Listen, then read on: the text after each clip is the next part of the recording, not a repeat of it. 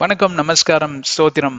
பிரியமான சகோதர சகோதரிகளே, நசரேயனாகிய இயேசு கிறிஸ்துவின் நாமத்தில் உங்கள் ஒவ்வொருவரையும் வாழ்த்துகிறோம், வரவேற்கிறோம். இந்த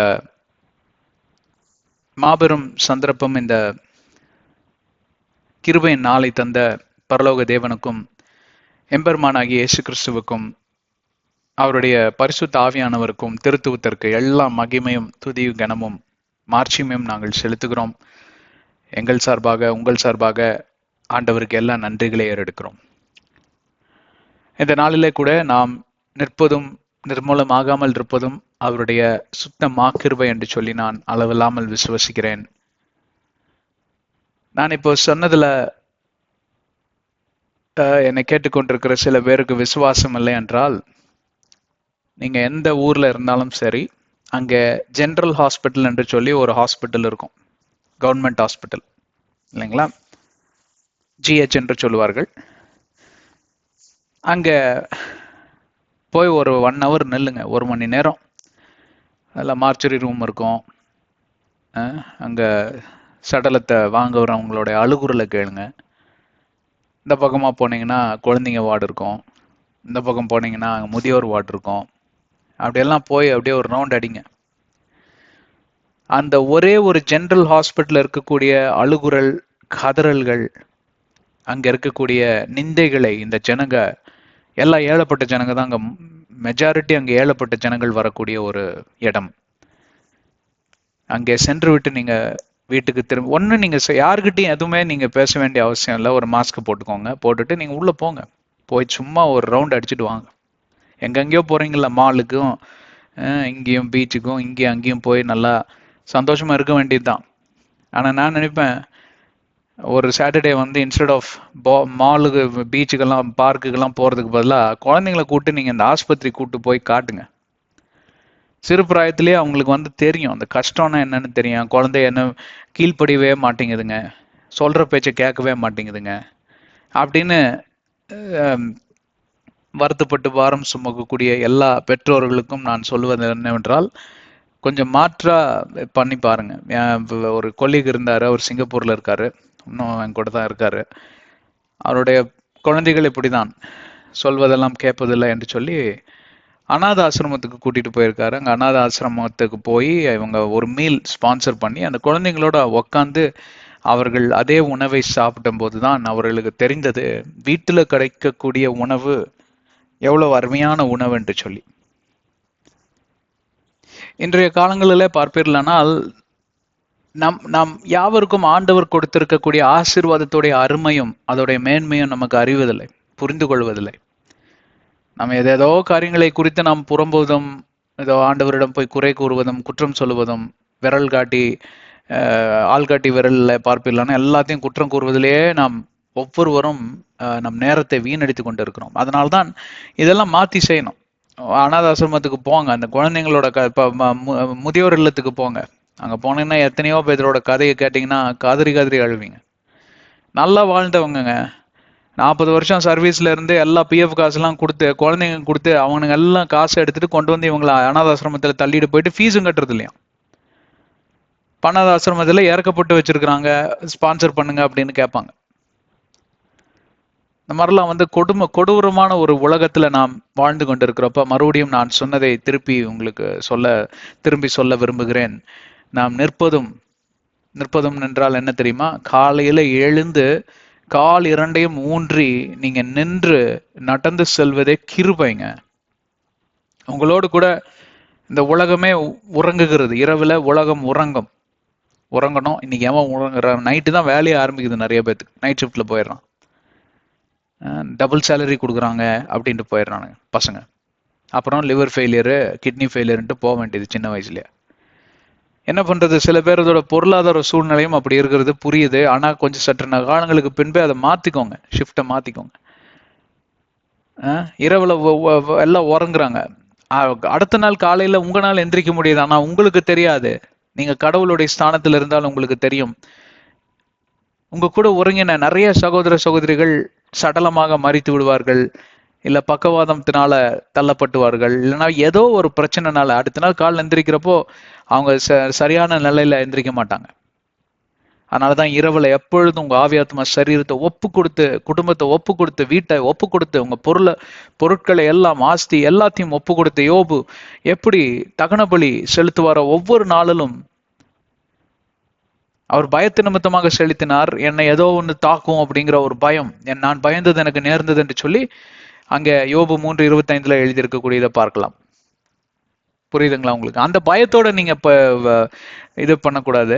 பட் அது ஒரு கடமை, அது ஒரு விசுவாச அறிக்கை. என் தேவன் என் சார்பா இருப்பதனால் எனக்கு எதிராக நிற்பவன் யார்? எனக்கு எதிராக வாய்க்கிற ஆயுதங்கள் வாய்க்காது. இந்த இரவுல நான் எப்படி என் குடும்பத்தோட சுகபலத்தோட சௌகரியத்தோட சமாதானத்தோட உறங்குகிறேனோ அதே சௌகரியத்தோட அதே சுகபலத்தோட நானும் என் குடும்பமும் அடுத்த நாளிலே எழும்புவோம். ஆண்டவருக்காக நாளை தினத்துல நாங்கள் பணிபுரிவோம். ஆண்டவருடைய சித்தத்தை நிறைவேற்றக்கூடிய நாளை தினம் இருக்கட்டும் என்று சொல்லி விசுவாச அறிக்கை செய்து ஒப்பு கொடுத்து விட்டு ஜெபிக்க வேண்டும், உறங்க வேண்டும். புரியுதுங்களா? அப்பதான் நிற்பதற்கே பலன். நிர்மூலமாகாமல் இருப்பது, அந்தகார கிரிகள், சங்கரிக்கிற ஆவிகள், சங்கார தேவதூதர்கள், ஆண்டவரால அனுமதிக்கப்படக்கூடிய சங்கரிக்கிற ஆவிகள், அதாவது கிறிஸ்துவுக்குள்ளாராக நீங்க இல்லை என்றால், இயேசு கிறிஸ்துவின் இரத்த கோட்டை உடன்படிக்கை என்று சொல்வார்கள். இயேசு கிறிஸ்துவின் இரத்த உடன்படிக்கை என்று எபிரேயர் 10:29 அருமையான ஒரு வசனம் இருக்கு. அந்த இரத்த உடன்படிக்கைக்குள்ள வரவில்லை என்றால், இயேசு கிறிஸ்துவே ஒரே குமாரன், அவரே நித்திய ஜீவன் கொடுக்கக்கூடிய கர்த்தர் என்று சொல்லி நீங்க விசுவசிக்காவிட்டால் தேவனுடைய கோபத்திற்கு நீங்க ஆளாகி விடுகிறீர்கள் என்று யோவான் 3:36 சொல்லுகிறது. அதனால்தான் வேத வசனத்தை அறிந்தால் மட்டும் பற்றாது, வேத வசனத்தை புரிந்து கொள்ள வேண்டும். புரிந்தால் மட்டும் பற்றாது, வேத வசனத்தின்படி நடக்கணும். வேத வசனத்தின்படி உங்க வார்த்தைகளும் சிந்தைகளும் மாற வேண்டும் என்று வேதம் சொல்லுகிறது. அதுதான் யாக்கோபு 3வது அதிகாரம் வாயின் வார்த்தைகளோட மேன்மை குறித்து அங்க பேசுகிறது. அதே போல வாயின் வார்த்தைகளோட பின்விளைவுகளை குறித்தும் பேசுகிறது. அதுதான் நீதிமொழிகள் 18:21. ஜீவனும் மரணம் நாவின் அதிகாரத்தில் உண்டு. முக்கா பேச்சுக்கு பிரச்சனையே வாயினாலதான். வாயை மட்டும் இன்னைக்கு மூடி இருந்தேன்னா இந்த பிரச்சனையே நடந்திருக்காதுன்னு. அதனாலதான் நாங்களும் சொல்றோம், எங்க வாயை திறந்து பேச வேண்டுமோ தேவனிடம் உன் வாயை விரிவாக திறன் துதினால் நிரப்புவேன்கிறாரு. அங்க போய் ஊமையாட்ட உட்காந்துக்க வேண்டியது. அப்புறம் போய் ஊரெல்லாம் வாயாட்டிக்கிட்டு நல்லா அவன் ஆறாரன்னு அறைவான். அப்ப வாங்கிட்டு வீட்டுல உட்கார வேண்டியது. அப்புறம் நான் அடியேன் ஆண்டவருடைய பாதத்தில் அமர்ந்து இப்படியாக அழுது கூக்குரல் இட்டேனாக்கும். ஆமா, நீ வாங்கின அடிக்கு கூக்குரல் தான் இட முடியும். அந்த அளவுக்கு போட்டு அறாரன்னு அரைஞ்சிருக்கிறானுங்க. வாய் கொழுப்பு என்று சொல்வார்கள். சில பேருக்கு கொலஸ்ட்ரால் உடல்ல இல்ல, வாயில் இருக்கு. தயவு செஞ்சு வாயின் வார்த்தைகளை அளவாக பிரயோஜனப்படுத்த கத்துக்கோங்க. அதுதான் யாக்கோபு 1:19 சொல்லுகிறது.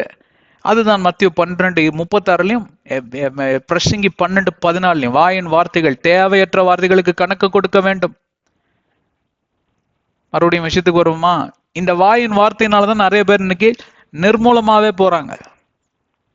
ஆனா நீங்க நிர்மூலமா போகலையா?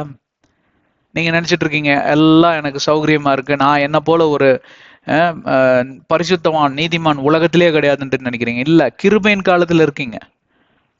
தேவனுடைய கோப ஆக்குனி வரக்கூடிய சமீபம் நெருங்கிருச்சு அப்படிங்கிற அந்த உணர்வோட பயபக்தியோட சுய பரிசோதனை பண்ணி ஒவ்வொரு நாளிலும் நானும் நீங்களும் புதிய மனிதர்களாக புதிய மனுஷிகளாக எழும்பி நிற்க வேண்டும்.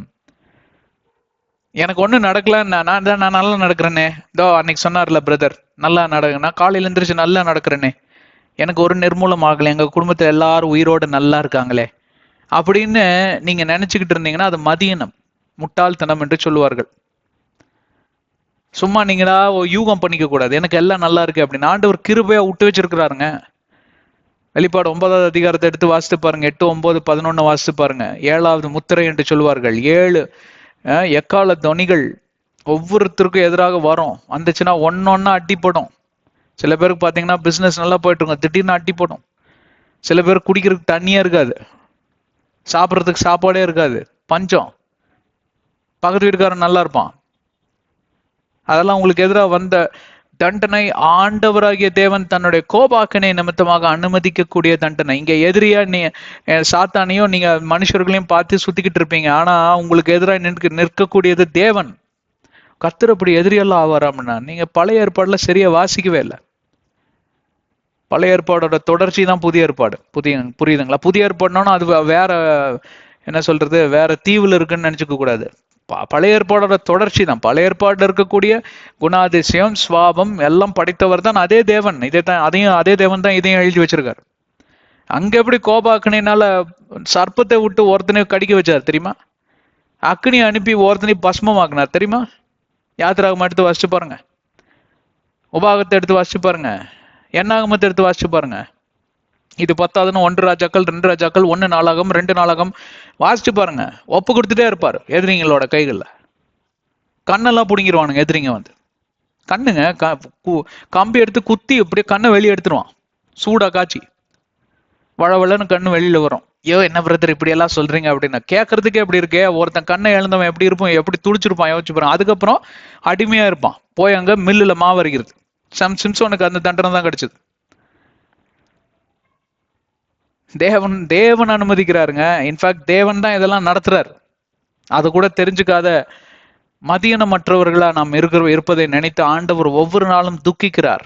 பரிசுத்த ஆவியானவர் வாக்கு கடங்காத பெருமூச்சுகளோட எனக்காக உங்களுக்காகவும் மன்றாடுகிறார். இதெல்லாம் ஏன் அடுக்கடுக்காக சொல்லி கொண்டு வருகிறேன் என்றால், இப்படிப்பட்ட உலகத்தில் தான் நாம் இயங்கிக் கொண்டிருக்கிறோம். இதை குறித்து தயவு செஞ்சு தியானம் பண்ணுங்க. ஆண்டவர் உங்களுக்கு வெளிச்சத்தை தருவார். வாருங்கள் முன்னேறி செல்வோம். ஆதியாகமத்தின் ரகசியங்கள் என்கிற தலைப்பில் பல ஆண்டுகளாக பல காரியங்களை குறித்து பேசி வருகிறோம். பல நியமங்கள், பல நியாய பிரமாணங்கள், கட்டளைகள், ஆண்டவருடைய வாக்குத்தத்த வேத வசனங்கள் மற்றும் ஆண்டவர் என்றால் யார், கடவுள் என்றால் யார், அவருடைய வல்லமை என்ன, அவர் எப்படிப்பட்ட குணாதிசயம் படைத்தவர், அவருக்கு என்ன பிரியமானது, என்ன பிரியமற்ற காரியம், அவருக்கு எதை குறித்து மிக மிக நாட்டமா இருக்கிறவர், இப்படியெல்லாம் ஆண்டவருடைய வர்ணனை குறித்து நாம் அழகாக சித்திர வடிவில் ஒரு தத்ரூபமாய் நாம் பேசி கொண்டு வருகிறோம். இதையெல்லாம் நீங்க மிஸ் பண்ணியிருந்தால் முதலாவது அத்தியாயத்திலிருந்து வாங்க. ஆதியாகமம் தான் அடித்தளம். எல்கேஜி யூகேஜி முடித்தால்தான் ஒன்றாவது என்ன சொல்ற பாட வகுப்புல உங்களுக்கு அனுமதி. 5வது பாட வகுப்பை முடித்தால்தான் 6வது பாட வகுப்புல உங்களுக்கு அனுமதி. 10வது பாட வகுப்பு சர்டிபிகேட் காமிச்சாதான் டிசியோட 11வது பாட வகுப்புல உங்களுக்கு அனுமதி. அதே போல 12th முடிச்சாதான் காலேஜுக்குள்ள உங்களுக்கு என்ட்ரி. அதே போலதான் ஆதியாகமம் முடிக்காவிட்டால் நீங்க முழு வேதாகமத்தை படிப்பதுல ஒரு பிரயோஜனமும் கிடையாது. யாராவது பாஸ்டர் மார்க்கம் வந்து உங்ககிட்ட முதல்ல புதிய ஏற்பாடை படிங்கன்னு சொன்னா அவர்கிட்ட சொல்லுங்க, ஒரு பிரதர் இருக்காரு உங்ககிட்ட பேசணும்னு சொல்றாருன்னு அவர் ஃபோன் நம்பர் வாங்கி என்கிட்ட கொடுங்க, நான் பேசுறேன். அந்த மாதிரி காரியத்தை பண்ணிடாதீங்க தயவு செஞ்சு. பழைய ஏற்பாடுல இருந்து வாங்க. அர்த்தம் இல்லாம எழுதி வச்சிருக்காங்க இந்த ஆர்டர்ல. நீங்க பாட்டுக்கு நேரா போய் இயேசு கிறிஸ்துன்னு குதிச்சிங்கன்னா அதனாலதான் இன்னைக்கு அறவைக்கடா திரிறாங்க நிறைய பேர். புதிய ஏற்பாடை படிச்சுட்டு சபை தொடங்கினவெல்லாம் நிறைய பேர் இருக்கிறான். அழகாக அல்வா மாதிரி பிசாசு தூக்கி சாப்பிட்டுருவான். அப்படியே அந்த அந்த சபையை பார்த்தீங்கன்னா சபை நல்லா வளரும். அவனுக்கு என்ன வல்லமை தெரியுங்களாங்க, தொட்டா அப்படியே உழுகுறான் தெரியுமா, அப்படியே கீழே உருள்றான் தெரியுமா. இது எதுவுமே வேதத்துல கிடையாது. நினைவுக்காக உங்களுக்கு நினைவூட்டும்படி சொல்லுகிறேன். தொட்டோன்னா கீழே உருள்றது இதெல்லாம் வந்து எதுனா பிசாசுடைய செயல். ஏசு கிறிஸ்து கிட்ட போய் நின்னா பிசாசு உருண்டுட்டு வரும். அப்படியே இவர் தொட்டான அப்படியே உருள்றான் ஊறுறான் அப்படின்னா அது என்ன ஆவி? அது அதை பரிசுத்தாவின்னு சொல்லுவீங்களா? அவ்வளோ மண்டையில அந்த அளவுக்கு கூட உங்களுக்கு இல்லையா? 5 அறிவு இருந்தாலே போதும், 6வது அறிவெல்லாம் தேவையில்லை. அது கூட இல்லைங்களா? அந்த மாதிரி ஆளுங்க தான் இருப்பாங்க. முதல்ல வேதாகமத்தை ஒழுங்கா முதல்ல இருந்து கடைசி வரைக்கும் படிங்க. படிச்சுட்டு அர்த்தத்தோட பாருங்க. அனர்த்தமாக்கி சொல்லக்கூடிய காரியங்கள் எல்லாம் இதுக்குள்ள விட்டீங்கன்னா அர்த்தமா வெளியில வரும். நிறைய பேர் எழும்பியிருக்காங்க இன்னைக்கு, வீட்டு கூட்டம் இருந்தா போதும், திருச்சபைகள்லாம் தேவையில்லை, சபைகள்லாம் தேவையில்லைன்னு. இந்த மாதிரிதான் யூடியூப்ல அவன் மைக் எடுத்து பேசிக்கிட்டு இருக்கிறான், என்னென்ன கர்மத்தையோ பேசிக்கிட்டு இருக்கான். வீட்டு கூட்டம்னா என்னன்னு எனக்கும் தெரியும். ஆனா அங்கீகாரம் அற்ற ஒரு இயக்கம் என்று வைத்துக் கொள்வோமே, அதுல வராங்க. அந்த இயக்கத்துல ஒருத்தர் மரித்து போயிட்டாரு. எங்க போய் அடக்கம் பண்ணுவீங்க?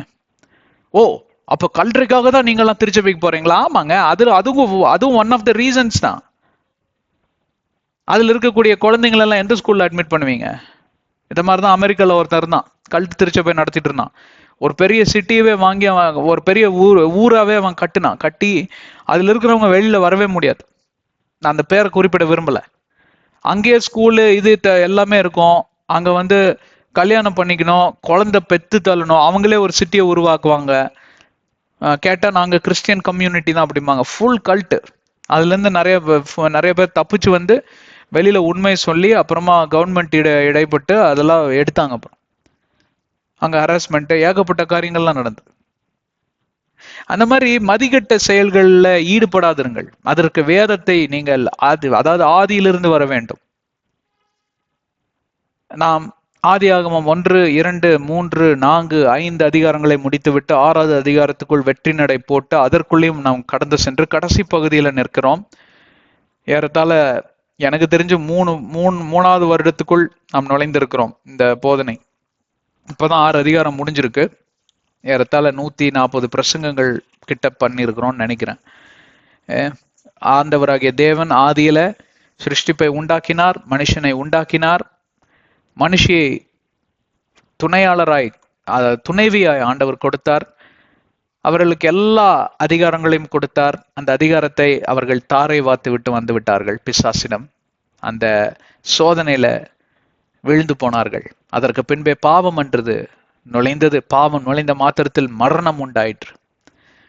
அந்த மரணத்தோடு நின்றிருந்தா பரவாயில்ல. பாவத்தோட பின் விளைவு என்னவென்றால் வன்முறை, கொலை, கொள்ளை, கற்பழிப்பு, விக்கிரகம், காம விகாரம் என்று சொல்லி எல்லாம் பல ரூபங்கள் எடுத்தது. அதுதான் நாம் 4வது அதிகாரம் 5வது அதிகாரத்துல எல்லாம் முழுசா பார்க்கலாம். அதோட உச்சகட்டம் தான் 6வது அதிகாரம். 6வது அதிகாரத்தில் உச்சகட்ட பாவம் என்னவென்றால் அங்க ஓரின சேர்க்கையோட நின்றிருந்தா கூட பரவாயில்ல. நான் எங்க தூதர்கள் எல்லாம் வந்து விழுந்து போய் தூதருங்க கிட்ட எல்லாம் போய் உடலுறவு வைத்து பெரிய பெரிய ராட்சதர்கள் எல்லாம் பிறந்து விட்டார்கள். ஆண்டவர் பார்த்தார், இந்த உலகம் சீர்கெட்டு அழிந்து விட்டது. இந்த உலகத்துல ஒழுங்கின்மை தான் அதிகமா இருக்கிறது. இந்த உலகத்தை நாம் அழித்து விடுவோம் என்று சொல்லி ஒரு தீர்மானத்துக்கு வந்து விட்டார். அதுதான் ஆண்டவருடைய கோப அக்கினியின் உச்சகட்டம். இதை மறந்து விடக்கூடாது. 1 தீமோத்தேயு 5:24 அதை தான் சொல்லுகிறது. உச்சகட்டத்துக்கு அந்த பாவம் போயிருச்சுன்னா ஒரு மனுஷனை அவர் சும்மா விட மாட்டார், தொலைச்சே போடுவார்.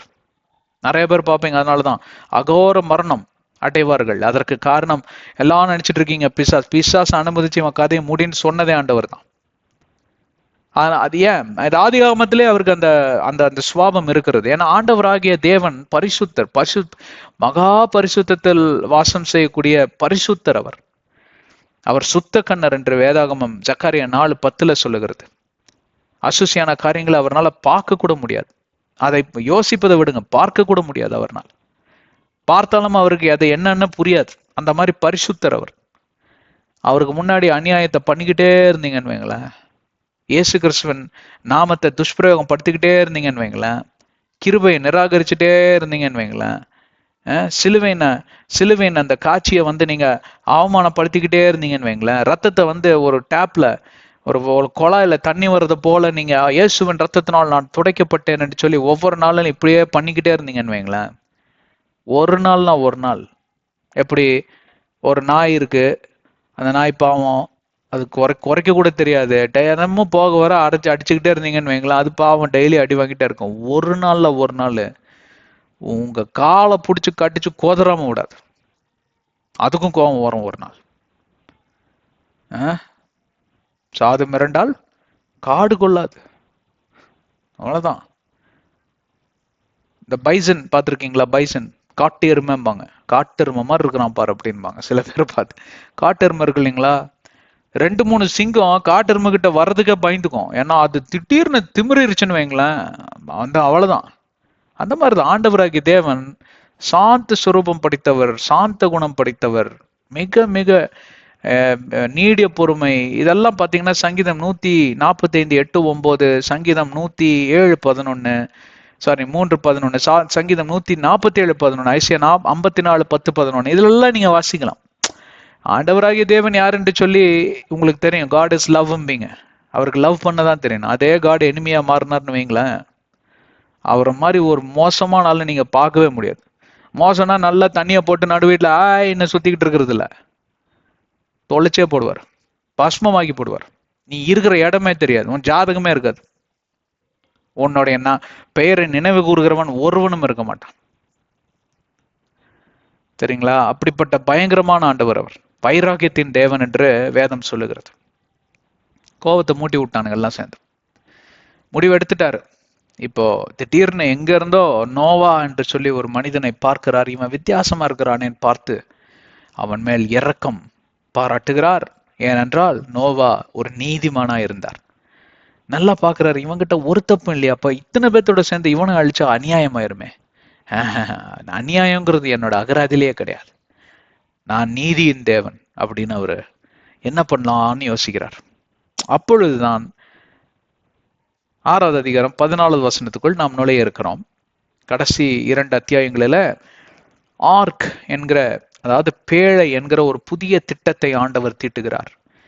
அங்கே புதிய ஒரு திட்டத்தை வகுத்து அங்கே அந்த திட்டத்தின் மூலமாக நோவாவையும் தன்னுடைய குடும்பத்தையும் நான் காப்பாற்றுவது என்று முடிவு செய்து விட்டேன். ஆனால் அவருடைய கிருபை எப்படியாக இருக்கிறது என்றால், அந்த பேழைக்குள் யார் வந்தாலும் அவர் ஏற்றுக்கொள்ள தயார். அதற்குன்னு ஒரு காலத்தை நிர்ணயிக்கிறார். அதாவது தேவனிடமிருந்து நீங்க தெரிந்து கொள்ள வேண்டிய காரியம் என்னவென்றால், அதுதான் மத்தேயு 5வது அதிகாரம் 30, 31, 29, 30, 31 நினைக்கிறேன். அதாவது கோபம் வந்தால் அந்த அந்த அந்த நொடி பொழுதிலே நீங்க கொலையாளியாய் மாறிவிட்டீர்கள். அப்படி என்றால் கோபத்திற்கும் அந்த கொலைக்கும் நடுவில் இருக்கக்கூடியது பொறுமை. அதுதான் ஒன் ஆஃப் த எசன்ஸ். ஒரு ஆவியின் கனியில இருக்கக்கூடிய ஒரு சுவை என்னவென்று பார்ப்பீர்களானால் நீடிய பொறுமை. ஆண்டவர் நீடிய பொறுமை. கோபம் கொன்றுவாரு, அந்த கோபத்துக்கு பின்பும் ஒரு கிரேஸ் பீரியட் கொடுப்பாரு. அதுல இருந்து ஒரு எக்ஸ்டெண்டட் பீரியட். அந்த காலத்துல அம்மா பால் அப்படின்னு வருவார், அவர்கிட்ட 1/2 லிட்டர் பால் வாங்கிட்டு அப்படியே நின்றுட்டே இருக்கும் அந்த அம்மா. அவரும் பாப்பாரு, அப்படியே கொஞ்சம் பிடிச்ச ஒரு கொசுறு ஊத்துவார், கொசுறு பால். ஞாபகம் இருக்குங்களா? இப்பெல்லாம் பால் பாக்கெட் வந்துருச்சு, அப்பெல்லாம் பால் பாக்கெட் கிடையாது, வீடு வீடா வந்துதான் பால் ஊத்துவாங்க. நான் சொல்றது 40-45 வருஷத்துக்கு முன்னாடி. நல்லா சின்ன பையன் அப்போ. எவ்வளவு பேர் என்னோட இருக்கீங்க? அந்த மாதிரி ஒரு கொசுறு பீரியடும் கொடுப்பார். ஏற்கனவே கொடுத்ததுக்கு கிருபையின் காலம் தான், அது போதாதுன்னு இன்னொரு கொசுறு பீரியட். அந்த கொசுறு பீரியட் தான் இப்போ இது. கொசுறு பீரியட் என்றால் என்னவென்று தெரியுமா அப்படின்னு ஒரு டைட்டில்லையே இந்த மெசேஜை பேசலாம்னு நினைச்சேன். பட் ஆனால் ஒருத்தருக்கு ஒன்றும் புரியாது. பார்க்கலாம், ஒரு நல்ல டைட்டில் போட்டு இதை அப்லோட் பண்ணலாம். இப்போ நோவாவை கொண்டு ஒரு பேழை கட்டுவது என்று சொல்லி ஆண்டவர் முடிவு எடுத்து விட்டார். அந்த பேழை என்றால் என்ன அப்படின்னு சொல்லி நாம் நல்லாவே ஆராய்ந்து பார்த்தோம், வியாக்கியானம் பண்ணணும். அந்த பேழை குறித்து பேசுவதற்கு இந்த முழு செக்ஷன், அதாவது 14வது அதிகாரத்திலிருந்து 21வது வசனம் வரைக்கும் பார்ப்பீர்களானால், இந்த பழைய ஏற்பாடு பேழைக்கும் இயேசு கிறிஸ்துவின் 2ஆம் வருகைக்கும் நிறைய கனெக்ஷன் இருக்கு. இந்த கனெக்ஷனை குறித்து தான் ஏற்கனவே நம்ம பேசிட்டோம். நம்ம தொடர்ந்து அதில் தியானமா இருப்போம். அப்போ ஆண்டவருடைய கிருபை எப்படியா இருக்கிறது என்றால், இயேசு கிறிஸ்து போனாரு, அங்க உட்காந்து அப்படியே கோயில்ல நடக்கிறதெல்லாம் பார்த்துக்கிட்டே ஒரு சாட்டையை பின்னிக்கிட்டே இருந்தாருன்னு லூக்கால் எழுதிரும். அருமையான வசனம், மிஸ் பண்ணிடாதீங்க. என்ன பண்ணாராம்? ஒரு சாட்டைய பின்னுனாராம். 2 கயிறு 3 கயிறு எல்லாம் எடுத்து அப்படியே பின்னுனாராம். அந்த பின்றதுக்கு ஏறத்தாழ 2 ஹவர் ஆயிருக்கும் அப்படின்னு சொல்றாங்க வேதபாரகர்கள்லாம். அப்ப அந்த 2 மணி நேரத்துக்கு தன்னுடைய கோபத்தை கட்டுப்படுத்தி வைக்கக்கூடியவர் தான் ஆண்டவர். கட்டுக்கடுக்காத கோபமா இருந்தாலும் அதுலயும் ஒரு நீடிய பொறுமை, அதுலயும் ஒரு சாந்தம், அதுலயும் ஒரு தன்மை, அதுலயும் ஒரு இரக்கம், அதுலயும் ஒரு கிருபை பாராட்டுக்கக்கூடிய ஒரு சுவாபம் படைத்தவர் ஆண்டவர். இதெல்லாம் மீறிதான் மனுஷன் அப்பவும் நோண்டிக்கிட்டே இருப்பான் ஆண்டவர். சும்மா படுத்து உறங்கி கொண்டிருக்கக்கூடிய நாயின் காதையை போய் இழுத்துப்பார், அப்பொழுது தெரியும் நீ எவ்வளவு மதிக்கட்டவன் என்று சொல்லி நீதிமொழிகள் எழுதியிருக்கு. நான் சொல்றேன்னு நினைச்சுக்காதீங்க. அந்த மாதிரிதான் ஆண்டவர் சும்மா இருக்கிறாருன்னு போய் அவர் காதை பிடிச்சி இழுக்கிறது, கையை பிடிச்சி இழுக்கிறது, கண்டதையும் பண்றது, கிருபையன் என்னை மன்னிச்சிருச்சுங்கிற வேண்டியது, எனக்கு 20 வயசு தான் ஆகுது இப்ப என்ன அவசரங்க வேண்டியது, இந்த மாதிரி இந்த கொலஸ்ட்ரால் பேச்சுகள் என்று சொல்லுவார்கள். பேசிக்கொண்டே இருப்பீர்கள் என்றால் ஆண்டவர் அமைதியா இருப்பார், அங்க தன் தோட்டத்துல பூவை பறித்து கொண்டு அவர் அமைதியாக இருப்பார்னு நினைச்சிட்டு இருக்கிறீங்களா? ஒரு தடவை தான் ட்ரை பண்ணி பாருங்களேன். தூங்கி உறங்கிட்டு இருக்கக்கூடிய நாயோட காதை பிடிச்சி நறுக்குன்னு ஒரு இழுத்து பாருங்களேன், என்னதான் பண்ணுதுன்னு பார்க்கலாம். ஒன்னா கையை கடிக்கும், இல்லைன்னா வேற எங்கெங்கெல்லாம கடிச்சு வைக்கும். மொத்தத்துல நீங்க இருப்பீங்க கவர்மெண்ட் ஆஸ்பத்திரியில ஊசியை போட்டு. இப்பெல்லாம் தொப்புள்ள ஊசி இல்லையா, கையிலேயே குத்துக்குவாங்க. ஏன்னா என் கால் மேல ஒரு தடவை பக்கத்துல நிறைய அந்த தெருநாய்ங்க இருக்கும். ஆனா அதுங்க தெரியல, நான் போனேன்னா ரொம்ப பாசமா வாலாட்டிக்கிட்டு இருக்கும். எனக்கு வாலாட்டுறத பார்த்தா எனக்கு ரொம்ப இறக்கமா இருக்கும். பிஸ்கட் போட்டேன், அது சாப்பிட்டுட்டு அப்படியே பார்த்துக்கிட்டே இருந்தது.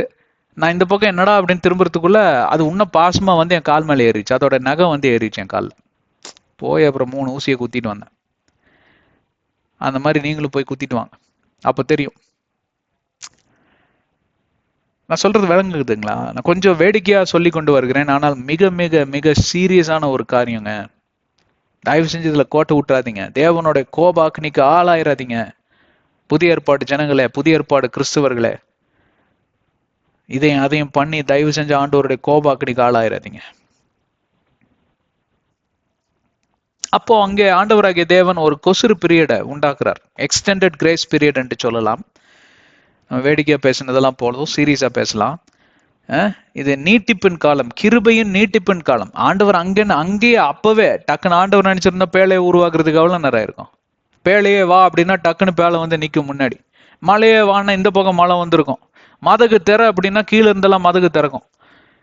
அதெல்லாம் இப்போ பின்பே நம்ம பேசலாம். நிறைய சத்தியங்கள் இருக்கு. டக்குன்னு மழை வந்து எல்லாம் உலகமே நிரம்பிட்டோம் அப்படின்னா ஒரே 24 ஹவர்ஸ்ல எல்லாம் நிறைஞ்சிரும். இது பேழை மிதக்கும், அங்கெல்லாம் அழிஞ்சு போயிடுவாங்க. எல்லாம் 24 மணி நேரம், 24 மணி நேரமே அதிகம், ஒரு நொடி பொழுதுல எல்லாம் முடிஞ்சு விட்டுரும். ஆண்டவர் அப்படி பண்ணலங்க. அதுக்கு காரணம் என்னன்னு கேட்டா, அதுதான் ஆண்டவர். ரொம்ப அழகா திட்டமிட்டு மெதுவாக காரியங்களை சொல்லி தருகிறவர், அன்பாக சொல்லி தருகிறவர். அவர் சொல்றப்போ மரியாதையா கேட்டுக்கணும். மதிகெட்டவர்களாக அவமரியாதை பண்ணி கொண்டிருப்போம். ஆனால் ஒரு நேரத்தை போல ஒரு நேரம் இருக்காது. ரொம்ப வருத்தப்படுவீங்க. சரிங்களா? சரி, போதும். என்ன பிரதர் ரொம்ப எச்சரிக்கையே கொடுத்துட்டு இருக்கிறீங்க. சரி, விஷயத்துக்கு போலாம் வாங்க. 14வது வசனத்தை படிப்போம், வாசிப்போமா? ஆதியாகமம் 6:14. Make yourself an ark of gopher wood. அதாவது நீங்க ஒரு கூகுளுக்கு போய் அடிச்சு பார்த்தீங்கன்னா உங்களுக்கு தெரியும். இந்த கோஃபர் வுட்னா, அதாவது அது கிரேக்கம் பதத்திலிருந்து வரக்கூடியது. சிப்ரஸ் மரங்கள் என்று சொல்வார்கள். இந்த சிப்ரஸ் மரத்தை தான் அதிகமாக தேவனுடைய ஆலயத்தை கட்டுவதற்கும் நம்ம தாவீது பயன்படுத்தினார். அந்த சிப்ரஸ் மரங்களை வந்து தன்னுடைய நண்பனுக்கு சொல்லி அங்கிருந்து ஃப்ளோட் பண்ணி எடுத்துட்டு வந்தாங்க.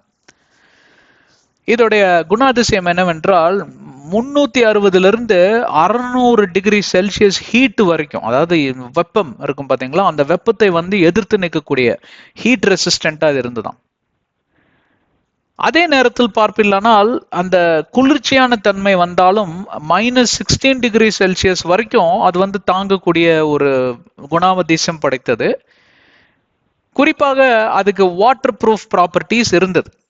வாட்டர் ப்ரூஃப் ப்ராப்பர்ட்டி என்றால் அது தண்ணியில போட்டால் அவ்வளோ சீக்கிரம் வந்து அது ஒன்றும் ஆகாது. அந்த மாதிரி ஒரு ப்ராப்பர்ட்டி.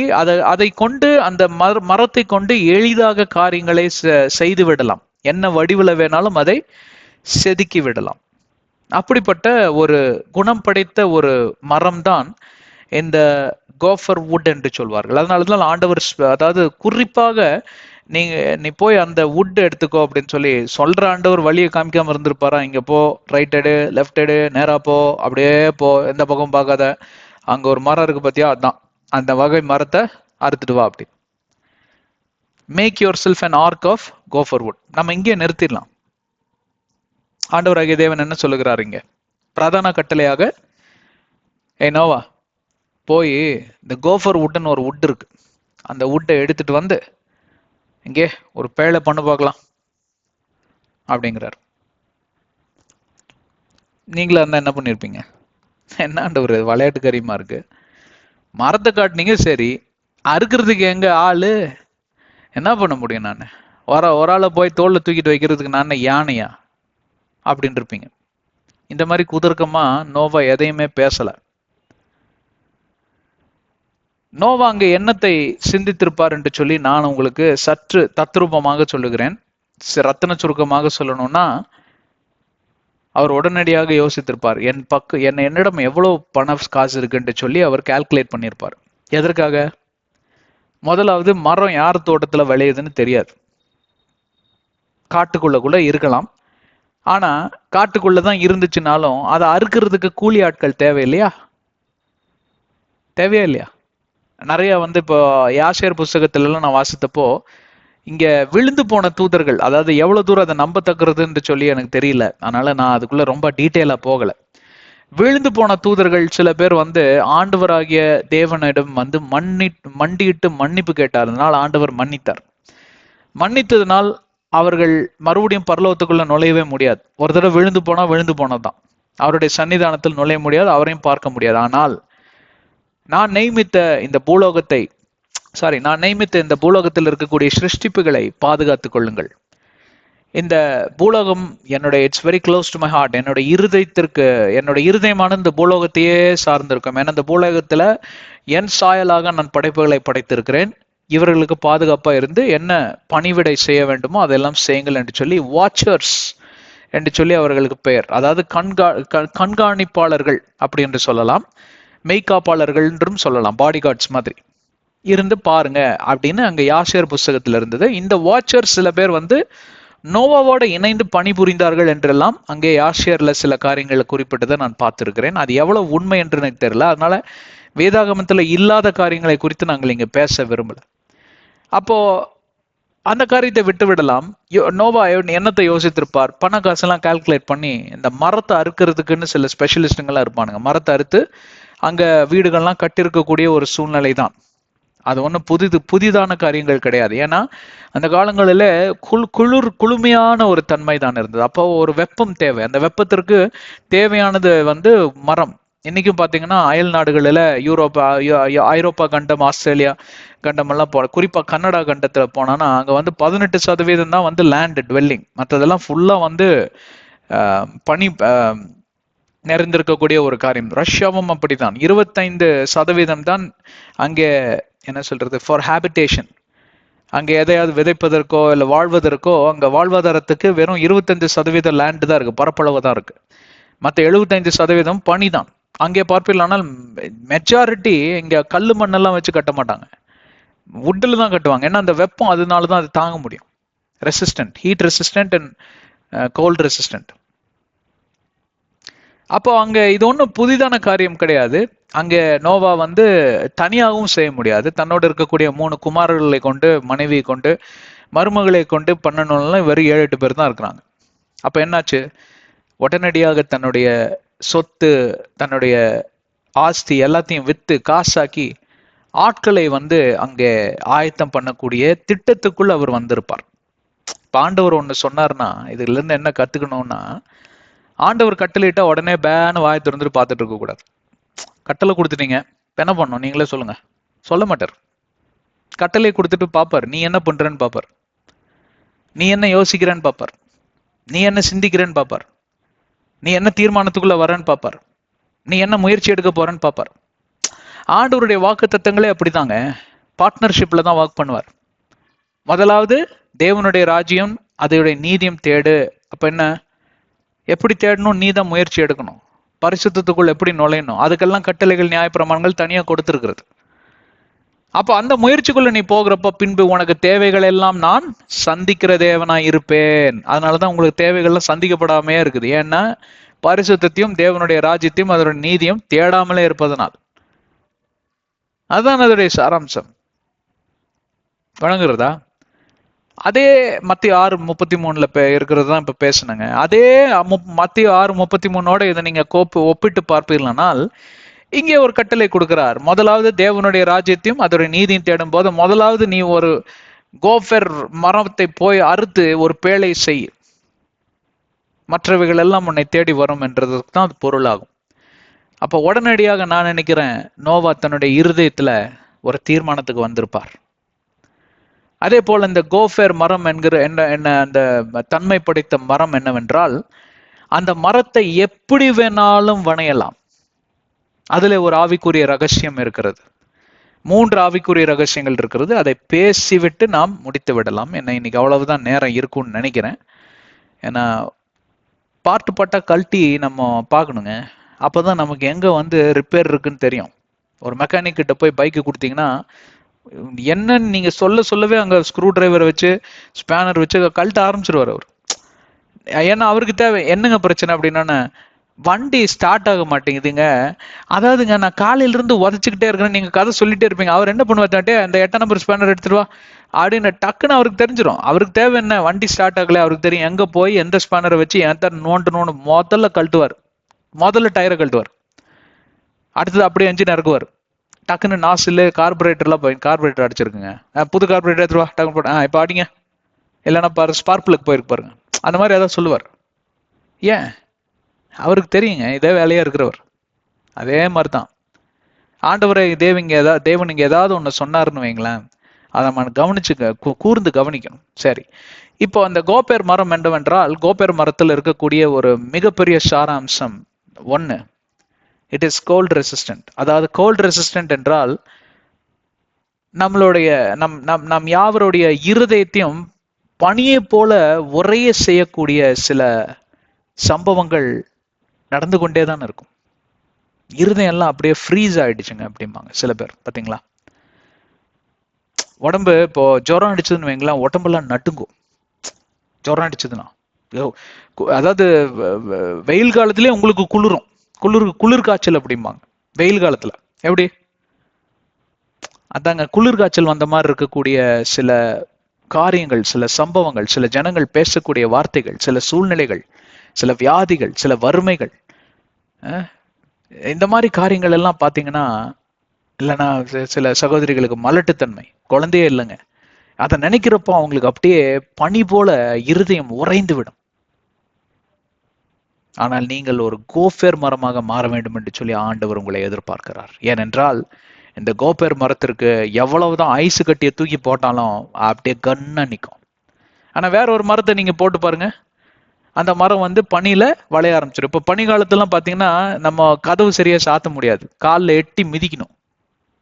கரெக்டுங்களா? ஜன்னல்லாம் சாத்த முடியும், திறக்க முடியாது. இல்ல திறந்தா சாத்த முடியாது, அதனால திறந்தே கிடக்கும் ஜன்னல். வெயில் காலம் வந்துச்சுன்னா வேற வித மாதிரி அந்த அந்த உஷ்ணத்துல அது அந்த வளைஞ்சிருக்கிற மரம் திருப்பியும் பழைய ஷேப்புக்கு வரும். ஆனால் கோப்பேர் மரத்தில் செய்யக்கூடிய இந்த காரியங்கள் எல்லாம் பார்ப்பீர்களானால் ஒண்ணுமே ஆகாது, அப்படியே நிற்கும். ஆவிக்குரிய வாழ்க்கையில நீங்க வாழ்ந்து கொண்டிருக்கக்கூடிய அன்பு சகோதர சகோதரிகளை, என்னையும் உங்களையும் ஆண்டவர் ஒரு கோப்பேர் மரமாக தான் படைத்திருக்கிறார் என்று சொல்லி நான் அளவில்லாமல் விசுவசிக்கிறேன். ஆனால் பாவமானது என்னை உங்களையும் அந்த கோப்பேர் மரத்தோட தன்மையவே மாத்தி விட்டது. நாம் யாவருக்கும் இருக்கக்கூடிய ஆண்டவருடைய புத்திர சுவிகாரம், அதே அதிகாரம், அதே வல்லமை, அதே மகத்துவம் எல்லாமே இருக்கு.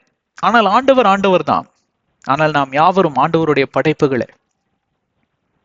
ஆனா நம்ம சுவாபம் பார்த்தீங்கன்னா ஆண்டவர் மாதிரியே இருக்காது. சில பேர் மிருகமா மாறிடுவான், சில பேர் முட்டாள்களா இருக்கலாம், சில பேர் தான் யாருன்னே தெரியாமலே சுத்திக்கிட்டு இருக்கிறான், அங்கீகாரமே இல்லாம. காரணம் என்ன? நான் ஒரு கோப்பேர் மரம் என்று சொல்லி நான் மறந்து விட்டேன்.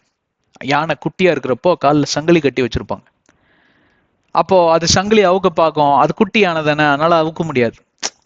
அப்போ அது தெரிஞ்சுக்குமா என்ன சங்கிலி அது ரொம்ப முயற்சி பண்ணி பார்த்து ஒரு வாரம் 2 வாரத்துக்கு அப்புறம் முயற்சி பண்றதே நிறுத்திடுமா. சங்கிலியை கட்டினாலே பேசாம போய் படுத்துக்கும், சங்கிலியில கட்டிட்டாங்களே என்ன அப்படின்னு. இதே சங்கிலியை தான் அது வந்து 20-30 அடி வரைக்கும் வளரும் இல்லையா யானை. சில யானை எல்லாம் வந்து 30 அடி 25 அடி வரைக்கும்லாம் வளரும். அத்தா பெரிய யானை அதே சங்கிலியில் கட்டி வைப்பான். அதை முட்டாள் யானைன்னு சொல்லாதீங்க, யானை பாவம் இன்னசென்ட் அனிமல். அது நினைச்சுக்கும் இப்பவும் சங்கிலியில கட்டி வச்சிருக்காங்க பாரு அப்படின்னு அப்படியே இருக்குமா அதே இடத்துல. ஒரு நாள் மதம் பிடிச்சு என்ன சங்கிலியிலடா கட்டி வச்சிருக்கிறான்னு ஒரு இழுக்குமா, இழுத்தோன்னு அப்படியே வந்துடும். அடப்பாவி, இந்த சங்கிலியிலடா இத்தனை வருஷம் கட்டி வச்சிருந்த, இன்னும் கோபம் அதிகமாகுமா. சுத்தி இருக்கிறவன்லாம் செத்தான், தூக்கி போட்டு வாரி வீசிடும் எல்லாத்தையும். யானை தன் பலத்தை அறிந்த மாத்திரத்தில் நான் யார் தெரியுமா, நான் யானடா அப்படின்னு சொல்லும். அதே மாதிரி நீங்கள் யாவரும் நான் ஒரு கோப்பேர் மரம் என்று சொல்லி எனக்கு இருக்கக்கூடிய தன்மை என்ன, என்னோட இருதயமானது உறைந்து போகவே போகாது. நான் எதிர்த்து நிற்பேன். எனக்கு ஆண்டவர் கொடுத்த வல்லமையை கொண்டு நான் எதிர்த்து நிற்பேன். அதே போலதான் இரண்டாவது ப்ராப்பர்ட்டி. இது 3 பார்த்துடலாம், பார்த்துட்டு இன்னைக்கு முடிச்சிடலாம். இப்படியெல்லாம் யாராவது படிச்சிருக்கீங்க வேதாகமத்தை? இப்படிதான் படிக்கணும். அதுக்குதான் இந்த வேதாகம வகுப்புகள்லாம் வந்துருங்க, எப்படியாவது வந்துருங்க. இல்ல வரலன்னா என்ன பண்ணிட்டு இருக்கிறீங்களோ சகோதரிகள், சமையல் அறையில இருந்தா இதை போட்டு விடுங்க. நான் தான் பேசிட்டே இருக்கேனே, என்ன பிரச்சனை உங்களுக்கு? சமையல் அறைக்குள்ளேயே வந்துடுறேன். இந்த ஒளிப்பேழையோட அட்வான்டேஜ் அதுதான். இரண்டாவது ப்ராப்பர்ட்டி என்ன தெரியுங்களா? ப்ராப்பர்ட்டி என்றால் இரண்டாவது மகத்துவம். கோப்பேர் மரத்திற்கு ஹீட் ரெசிஸ்டன்ட். 360 டிகிரி செல்சியஸ் வரைக்கும் அதை போட்டா கருகவே கருகாது. அப்படி என்றால் 2 விதமான அர்த்தங்களை இங்கே பார்க்கலாம். எவ்வளவுதான் தேவனுடைய அக்கினி அபிஷேகம் உங்க மேல் வந்தாலும் சரி, நீங்க அதற்கு ஒருபோதும் பார்த்தீங்கன்னா அந்த பெருமையின் ஆவி இதெல்லாம் உங்களை சார்ந்து கொள்ளாது. அதாவது நீங்க கருகி போக மாட்டீங்கிறத சொல்றேன். அந்த அக்னியின் அபிஷேகம் அப்படி என்றால் உடனே அப்படியே சூடாகுதுங்க, அப்படி இல்லைங்க. அக்னியின் அபிஷேகம் வந்தா வல்லமை ஆண்டவர் உங்களை பயன்படுத்துவார். சில சகோதரர்கள் பார்த்தீங்கன்னா அருமையா ப்ரீச்சிங் பண்ணுவாங்க. சில சகோதரிகள் அருமையா சமைப்பாங்க. வரவங்களுக்கெல்லாம் உபகாரணம் பண்ணுவதில் அவங்கள போல அடிக்கிறதுக்கு ஆளே கிடையாது. அப்ப ஹஸ்பண்ட் ஊழியம் செஞ்சுட்டு இருப்பாரு, வரவங்களெல்லாம் கவனிக்கிறது இந்த அம்மா தான் இருப்பாங்க, பாஸ்டர் அம்மா தான். அப்ப எவ்வளவுதான் அவங்களுக்கு பழுவு வந்தாலும் ஒரு சோர்வே வராது. அதுதான் அபிஷேகம். சில சகோதரர்கள் பார்த்தீங்கன்னா அற்புதங்கள் ஆண்டவர் ரொம்ப இதாக, சில பேர் இன்ஃப்ளூயன்ஸ், அவங்க கிட்ட என்ன பிரச்சனை கொண்டு வந்தாலும் ஒரு தீர்வு கிடைச்சிடும் அந்த மாதிரி. அப்ப ஆண்டவர் உங்களை அங்க வல்லமையா பயன்படுத்திட்டு இருக்கிறப்போ ஒரு மனமேட்டிமை, ஒரு பெருமை, ஒரு அது எதுவுமே வராது. யாராவது மகுடம் சூட்டுறாங்கன்னா உடனே எல்லா கணத்தையும் ஆண்டவருக்கு கொடுங்கன்னு துரத்தி விட்டுருவீங்க. Heat resistant. அதே போல அக்னி சூளையில தூக்கி சாத்ராக் மேஷாக் ஆபேத்நேகோ போட்ட மாதிரி ஆண்டவராகிய தேவன் சில காலங்கள் அனுமதிக்கலாம். பிசாசானவன் தூக்கி உங்களை சூளையில போட்டாலும் உங்களுக்கு ஒன்றும் ஆகாது. அந்த பசங்களோட சட்டையில தீ வாசனை கூட இல்லையா, அங்க வேதத்துல எழுதியிருக்கு, தானியேல் புத்தகத்துல படிச்சிருக்கீங்களா? இவங்களை போய் போட்டவன்லாம் செத்து போயிட்டான் அந்த சூடு தாங்க முடியாம. ஏனில ஏறி என்ன முட்டாள் ராஜாவா இருந்திருப்பான், 7 முறையா சூடு பண்ண வைப்பாங்க அத்தா பெரிய சட்டியை வச்சுக்கிட்டு. பாவம், போட்டவனுங்கெல்லாம் செத்து போயிட்டாங்க. இந்த ஆள் விவரமா மேல உட்காந்துக்கிட்டு வேடிக்கை பார்த்துட்டு இருந்திருக்காரு. கடைசியில எட்டி பார்த்தா 4வது ஒருத்தர் மனுஷகுமாரன் ஜீசஸ் கிரைஸ்டோட ரெவலேஷன் கிடைச்சதுங்க, அங்க வெளிப்பாடு கிடைச்சது நெபுகட்நேசருக்கு. அதெல்லாம் பார்த்து கூட இருந்தாலும் திருந்தவே இல்லை, திருந்தாமலே செத்து போனார் பாகால வழிபட்டு. இப்போ என்ன ஆகுதுன்னு கேட்டா, அந்த மாதிரி சூளையில தூக்கி போட்டாலும் சரி உங்களுக்கு எந்த சேதமும் வராது என்று சொல்லி வேதம் சொல்லுகிறது. அதுல உறுதியா இருக்கக்கூடிய மனம் படைத்தவர்களாய், குணாதிசயம் படைத்தவர்களாய் இருக்கிறவர் தான் அந்த கோப்பேர் மரத்தை ஒப்பிட்டு பார்க்கக்கூடிய ஒரு குணாதிசயம் படைத்த ஒரு ஆவிக்குரிய சகோதரனா, ஒரு ஆவிக்குரிய சகோதரியா இருப்பீங்க. 3வது, இதை பார்த்துட்டு முடித்திடலாம். எப்படி வேணாலும் இந்த கோப்பேர் மரத்தை கொண்டு வணையலாம். ஒரு அதாவது ஒரு பேழை என்று சொல்லி செய்யறப்போ லிண்டல்ஸ், அந்த சைட்ல பீமு, சப்போர்ட்டிங்கு, ரூஃபு, மேல ரூஃப்னா அந்த கூரை மற்றும் ஃப்ளோர் அடித்தளம், இதெல்லாம் போடுவதற்கு எல்லாமே வுட்டில் தான் போடணும். அதை வேற வேற ஷேப், வேற வேற சைஸ்ல நீங்க அறுக்கணும். அப்ப சில மரங்கள்லாம் அறுக்கவே முடியாது. டிம்பர், டீ கூட்டெல்லாம் பார்த்தீங்கன்னா ரொம்ப ஹெவியா இருக்கும், அறுக்கிறதெல்லாம் ரொம்ப கஷ்டம். அதே மாதிரி டீ கூட்ல நல்ல வார்னிஷிங், பாலிஷ் பண்ணி போட்டா சும்மா பளபளன்னு இருக்கும், அதுக்கும் நல்ல ப்ராப்பர்ட்டி இருக்கு. ஆனால் கோப்பேர் மரத்துக்கு என்னவென்றால் அதே பலமும் இருக்கும், அதே ரெசிஸ்டன்ட்டும் இருக்கும், ஆனால் அறுத்து வணைவதற்கும் ரொம்ப ஈஸியா இருக்கும். இந்த வணைவதற்கு என்னவென்றால், அதாவது கூயவன் வணையக்கூடிய அந்த காரியத்தை எல்லாம் நாம் ரோமர்லயும் பார்க்கலாம். ரோமர் 12வது அதிகாரத்துல 18வது வசனத்துல எல்லாம் பார்க்கலாம். அதே போல எசேக்கியேலையும் பார்க்கலாம். இந்த மாதிரி புத்தகங்கள் எல்லாம் இந்த குயவன் களிமண்ணை எப்படி வேணால் வணைவதற்கு அவனுக்கு அதிகாரம் இருக்குதாம். சில பாத்திரங்களை ஜக்கா யூஸ் பண்ணுவார், சில பாத்திரங்க இந்த சேத்து தண்ணியெல்லாம் வலிச்சு ஊத்துறதுக்கு பண்ணுவாங்க. எந்த பாத்திரத்தை எப்படி பண்ணுங்கிற உரிமை அவருக்கு தான் இருக்கு, அவர் தீர்மானம் எடுப்பார். அதனால நான் ரொம்ப கனமான பாத்திரம் அப்படி என்று சொல்லி சில பேர் கனவீன பாத்திரமா என்ன ஆண்டவர் உருவாக்கிட்டார் அப்படின்னு முறுமுறுக்க மாட்டீங்க. நீங்க என்ன வேலை கொடுத்தாலும் நீங்க செய்வீங்க. ஏன்னா ஆண்டவருடைய தீர்மானம், அதன்படியே நான் வாழ்வேன். நான் பணக்காரனா இருக்கணுங்கிற அவசியமே கிடையாதுன்னு ஆண்டவர் உணர்கிறார். அதுக்குன்னு உங்களை ஏழ்மையில வச்சு பட்டினி போட்டு உங்களை சாவடிக்க மாட்டார், அப்படி கிடையாது. உங்களுக்கு என்ன தேவையோ, அன்றாட தேவையோ அவர் கொடுப்பார். எப்படிப்பட்ட பாத்திரமாய் உங்களை வணைந்திருக்கிறாரோ அதுல நீங்க சந்தோஷமாக, சமாதானமாக, பரிபூர்ண சுகபலத்தோட வாழக்கூடிய கிருபையை தருவார். அதை மட்டும் தான் நீங்க பார்ப்பீங்க. என்னை கேட்டுக்கொண்டிருக்கிற சகோதர சகோதரிகளே, தினமும் பக்கத்து வீட்டுல தினத்துக்கும் பார்த்து ஏதாவது புறம்பிட்டே இருக்கீங்களா? புலம்பல்களும்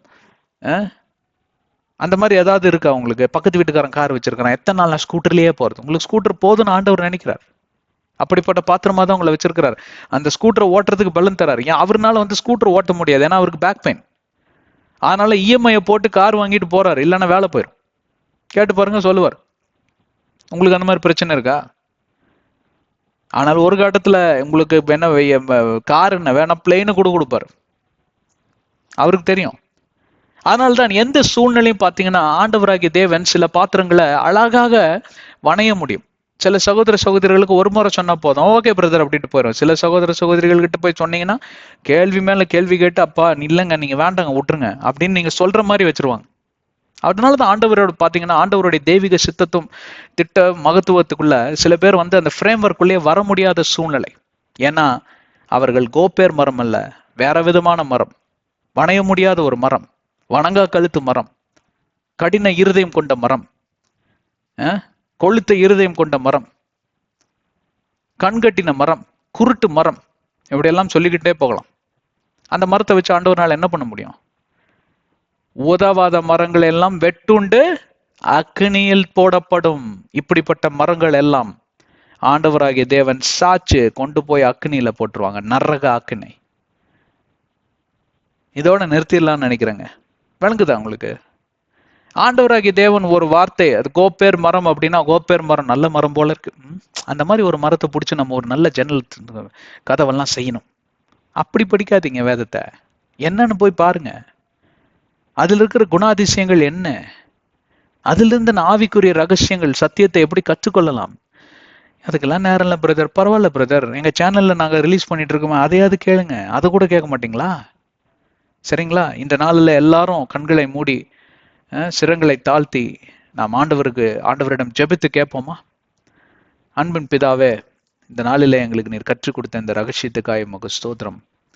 இந்த கோப்பேர் மரத்தை போல ஒரு நல்ல மரமாய் எங்களை ஆண்டவராகிய தேவன் எப்படி அந்த பேழையானது காப்பாற்றப்பட்டதோ, அந்த பேழை பல உயிர்களுக்கு அடைக்கலம் கொடுக்கக்கூடிய பேழையா இந்த கோப்பேர் மரத்தை கொண்டு செய்தீரோ, அதே போல நாங்களும் இந்த உலகத்தில் அழிந்து போய் கொண்டிருக்கக்கூடிய ஆத்துமாக்களுக்கு நாங்கள் கோப்பேர் மரமாய் இருந்து, நாங்கள் அந்த பேழையா இருந்து இவர்களை சுமந்து இவர்களை காப்பாற்றக்கூடிய வல்லமையை நீர் கொடுக்க வேண்டுமா ஜெபிக்கிறோம். நாங்கள் கோப்பேர் மரமாய் இல்லாமல் இருந்திருந்தால் அதற்காக மனவருந்துகிறோம். நாங்கள் உமக்கு உம்முடைய சித்தத்தின்படி நீர் வணையும்படி ஆண்டவரே நாங்கள் எங்கள் சிரத்தை தாழ்த்தி எங்களுடைய ஆவியாத்ம சரீரத்தை நாங்கள் ஒப்பு கொடுக்கிறோம். எங்களை ஆசீர்வதியும் பொறுப்படுத்திக் கொள்ளும். இயேசுவின் நாமத்தில் பிதாவே, ஆமென். கர்த்தர் உங்களை ஆசீர்வதிக்கட்டும். தெரிஞ்சவங்களுக்கெல்லாம் இந்த சேனல் டீட்டெயில்ஸை ஷேர் பண்ணுங்க. நீங்களும் சப்ஸ்கிரைப் செய்யுங்க. எப்பொழுதும் எங்களோடு கூட இணைந்துருங்க. ஆங்கிலத்திலும் நிறைய மெசேஜஸ் வரும். இது உங்களுடைய கடமை, ஆவிக்குரிய கடமை. அதே போல உலகத்தில் அழிந்து போற ஆத்மாக்கள் ஒவ்வொருவரும் ஜெபம் செய்து கொள்ளுங்க. ஊழியக்காரர்களுக்காக ஜெபித்துக் கொள்ளுங்க. எனக்காகவும் என் ஊழியத்துக்காகவும் ஜெபித்துக் கொள்ளுங்க. எபேசியர் 6:18, கொலோசியர் 4:3 இதைத்தான் சொல்கிறது. உங்களுக்கு ஜெப தேவைகள் இருந்தால் தேவனிடம் மட்டுமே கடந்து செல்லுங்கள். அங்கே இங்கேயும் அலைந்து திரிகிறவன் யார்? பிசாசு. இன்னைக்கு நிறைய பேர் அதுதான் பண்ணிட்டு இருக்காங்க. பிசாசு குணம். பேசாம போய் மத்தேயு 6:5 எழுதியிருக்கு, கதவை சாத்திட்டு வயசாம உக்காந்து ஒரு அறையில ஆண்டவர்கிட்ட நீங்க என்னத்தை இருதயத்தை அப்படியே ஊத்துங்க. பழைய ஏற்பாடு ஆனா அப்படிதான் உக்காந்து இருதயத்தை ஊத்திட்டு இருந்தாங்களாம். உதடு மட்டும் அசைஞ்சிட்டு இருந்துதான். அங்க என்னாச்சு? இந்த அம்மா வந்து தண்ணி போட்டிருக்கு போல இருக்கு அப்படின்னு நினைச்சுக்கிட்டாரு எலி. அப்புறம் தான் தெரிஞ்சது, இல்ல இந்த அம்மா பாவம் சோகத்துல புலம்பிட்டு இருந்திருக்கிறாங்க. ஆண்டவர் அந்த விண்ணப்பத்தை கேட்டார். சாமுவேல் தீர்க்கதரிசியை கொடுத்தார். கடைசி தீர்க்கதரிசி அவர் தான். ஆண்டவர் மாதிரி அவர், கடவுள் மாதிரி செம வல்லமை, அப்படி பயன்படுத்தினார். அதே போல ஆண்டவராகிய தேவன் உங்களுக்கு எல்லா அற்புதத்தையும் செய்ய போதுமானவராக இருக்கிறார். அவரிடம் செல்லுங்கள். அடுத்த அத்தியாயத்தில் சந்திப்போம். ஆண்டவர் உங்களை ஆசீர்வதிக்கட்டும். ஆமென், ஆமென். Praise the Lord.